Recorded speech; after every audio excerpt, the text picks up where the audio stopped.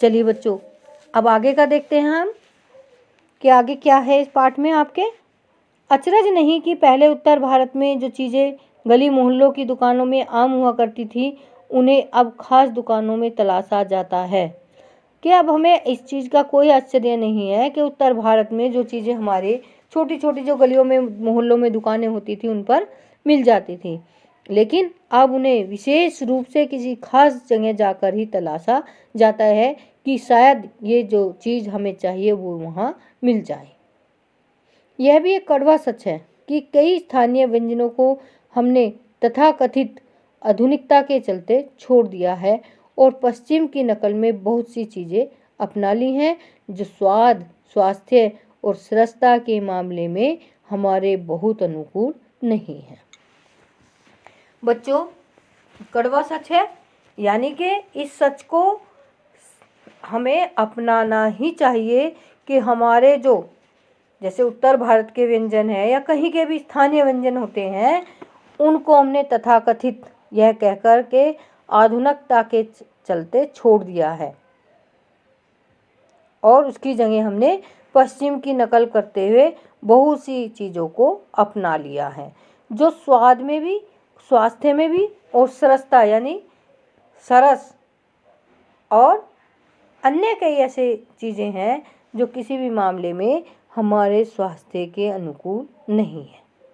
बच्चों, जैसे आप लोग नूडल्स खाते हो तो उसको डॉक्टर भी मना करते हैं, आपके स्वास्थ्य के लिए भी अच्छे नहीं है, पेट को ख़राब करते हैं। मोमोज खाते हो, सबसे ख़राब करता है वो ज़्यादा पेट को। तो ऐसी जो चीज़ें हैं, बर्गर आप प्रतिदिन खाते हो या पेटीज खाते हो, ये सब क्या चीज़ें हैं बच्चों, ये आपके स्वास्थ्य को ही ख़राब करती हैं। आगे देखें, हो भी रहा है कि खान पान की मिश्रित संस्कृति में हम कई बार चीज़ों का असली और अलग स्वाद नहीं ले पा रहे। कि जो हमारी खान पान की मिश्रित संस्कृति बन गई है, उसमें हम उन चीज़ों का जो असली स्वाद है उसको हम नहीं ले पा रहे हैं।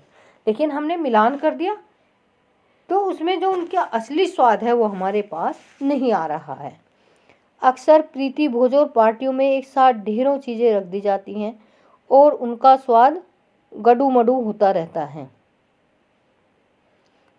उनका कहने का तात्पर्य है बच्चों कि जैसा किसी के यहाँ शादी है, प्रीति भोज यानी कि जन्मदिन का खाना है, या किसी विशेष अवसर पर किसी ने हमें अपने घर बुलाया है या हमने बुलाया है, तो उस अवसर पर बहुत सारी चीज़ें खाने के लिए रख दी जाती हैं।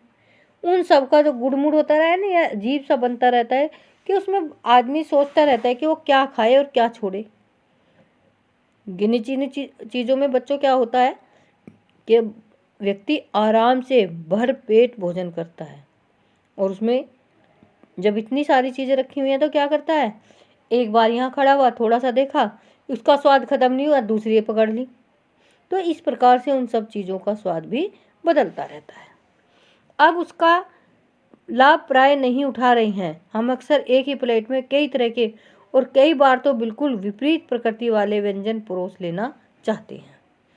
यानी कि एक प्लेट ली और उसमें कई तरह का भोजन एक साथ रख लिया, और रखते भी हैं बच्चों सभी। सब्जी भी रख ली, ये छोले भी रख लो, उसमें चावल भी रख लिए, रायता भी रख दिया, ये भी रखा वो भी रखा, प्लेट भरी और बैठ गए। तो यही कहने का मतलब है कि हमने प्लेट में जो है कई प्रकार का भोजन रख लिया और कई बार तो बिल्कुल विपरीत प्रकृति वाले व्यंजन परोस लेते हैं। विपरीत का मतलब होता है बच्चों कि जैसे किसी चीज़ के साथ हम किसी चीज़ को अगर खा लें तो वो हमें नुकसान दे जाती है ना। तो यही कहा कि विपरीत चीज़ों को एक साथ हम अपनी प्लेट में रख लेते हैं। इसलिए खान पान की जो मिश्रित विविध संस्कृति बनी है और लग यही रहा है कि यही और अधिक विकसित होने वाली है, उसे तरह तरह से जांचते रहना जरूरी है। ये जो हमारी खान पान की मिश्रित संस्कृति है बच्चों, और इससे जो विविधता बनी हुई है उससे यही लग रहा है कि ये और तेज़ी से विकसित होने वाली है, हमारे जीवन में आने वाली है, इसका विकास तेज़ी से बढ़ रहा है। तो उसे तरह तरह से हमें उसकी जांच कर लेनी चाहिए कि वह हमारे स्वास्थ्य के लिए योग्य है या नहीं। तो बच्चों, ये था आपका पाठ जिसमें खान पान के विषय में आपको जानकारी दी गई। और मुझे भी पूरी उम्मीद है कि आप इस पाठ से ज़रूर सबक लेंगे कि आपको ये स्वास्थ्य के लिए क्या लाभप्रद है और क्या नहीं। पाठ को ध्यान से पढ़ो और सुनो। अगर समझ में नहीं आए तो पुनः वीडियो देखें और समझने की कोशिश करें। अगर फिर भी आपकी समस्या रह जाती है तो उसके समाधान के लिए आप मुझसे संपर्क करें। धन्यवाद।